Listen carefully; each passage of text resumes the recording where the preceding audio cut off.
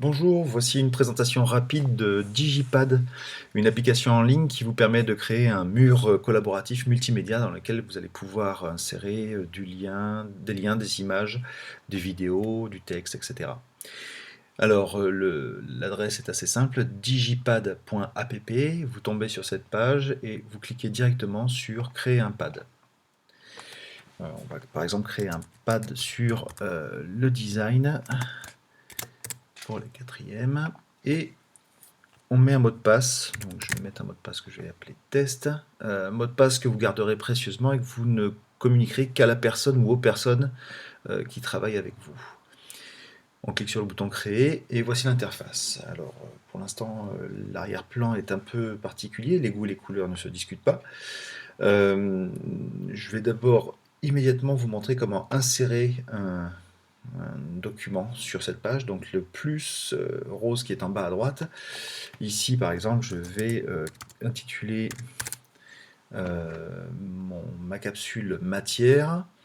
Je vais aller chercher un fichier que j'ai déjà été enregistré et je vais avoir un aperçu, très bien, et je vais valider. Je peux recommencer, ajouter un fichier, hop, voilà, ouvrir, je vais encore marquer ici matière, valider, voilà, un troisième, et je vais passer aux explications. Hop. Et voilà. Bien, donc je viens de créer des capsules qui sont là des images. Je peux aussi insérer des liens.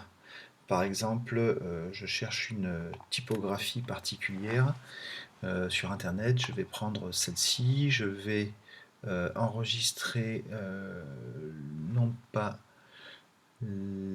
copier l'adresse de l'image. Voilà, je copie l'adresse de l'image. Je retourne sur mon digipad. Plus, et en fait ici je peux directement coller, et là je vais marquer typographie,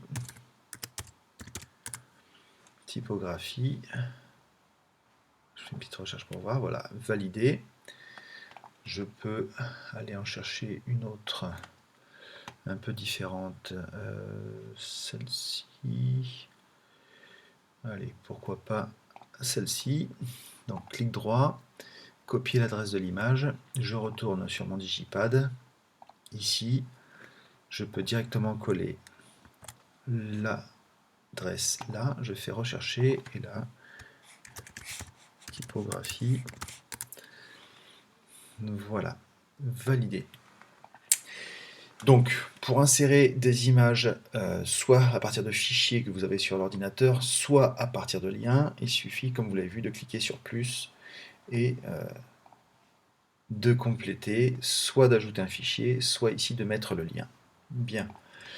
On va voir la partie configuration. Alors là, je me suis connecté, enfin j'ai créé un Padlet, donc par défaut, eh bien voilà, moi je m'appelle Éléphant Fantastique. Je peux changer les couleurs de mes vignettes et la personne qui viendra travailler avec moi pourra elle aussi changer les couleurs de ses vignettes pour qu'on puisse différencier qui a apporté quels éléments. Je vais ici aller dans paramètres du pad.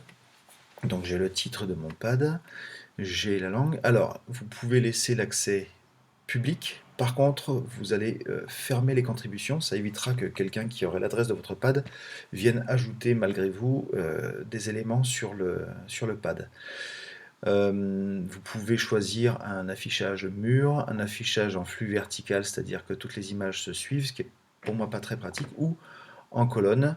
Là, si je ferme, vous avez la première colonne matière. Vous pourriez créer une colonne typographie, par exemple. Là, ici, je vais essayer comme ça. Donc, typographie, valider. Et là, je pourrais prendre celle-ci. Est-ce que je peux la déplacer? Je ne suis pas sûr de pouvoir la déplacer. Non, je ne vais pas pouvoir, donc je suis obligé de l'ajouter en fait colonne par colonne. Et oui, effectivement. Donc là, je vais reprendre celle-ci. Je vais faire CTRL V puisque je l'avais déjà. Typographie, valider. Voilà, du coup je peux me débarrasser de celle-ci. Oui, retourner chercher mon autre typographie qui était, je crois, celle-ci. Je vais copier l'adresse de l'image, je retourne dans mon digipad, plus, je colle, j'affiche, hop, typographie, valider, voilà. Donc vous pouvez, comme vous le voyez, organiser ici matière, organiser par colonne, ou organiser de façon plus libre, comme je l'ai fait ici, sous forme de mur. Voilà.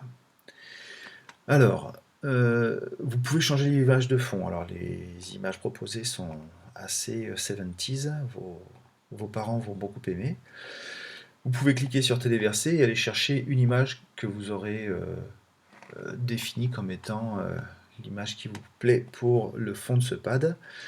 Vous pouvez laisser, alors, activité du pad. Vous pouvez activer un système de chat quand vous êtes 2 ou 3. Voilà, vous pouvez échanger directement sur le pad, converser sur le pad comme un chat. Donc, vous pouvez donc laisser les fichiers, les liens. Document collaboratif, vous n'en aurez pas trop besoin pour l'instant. Vous pouvez laisser des commentaires, voilà, activer les commentaires, ce qui permet d'aller mettre un commentaire, par exemple. Hop, jolie matière. Voilà. Hop, on envoie, on ferme et on voit que ici il y a un commentaire sur cette vignette là. Voilà, vous avez la possibilité aussi, lorsque ce sera terminé, de supprimer le pad. Mais enfin, vous allez d'abord le remplir et m'envoyer tout ce que vous trouvez. Et ensuite, vous avez ici un mode organisé qui vous permet d'aller déplacer en fonction de la façon dont vous voulez organiser votre pad. Voilà. C'est assez simple. Hop, on déverrouille. Voilà.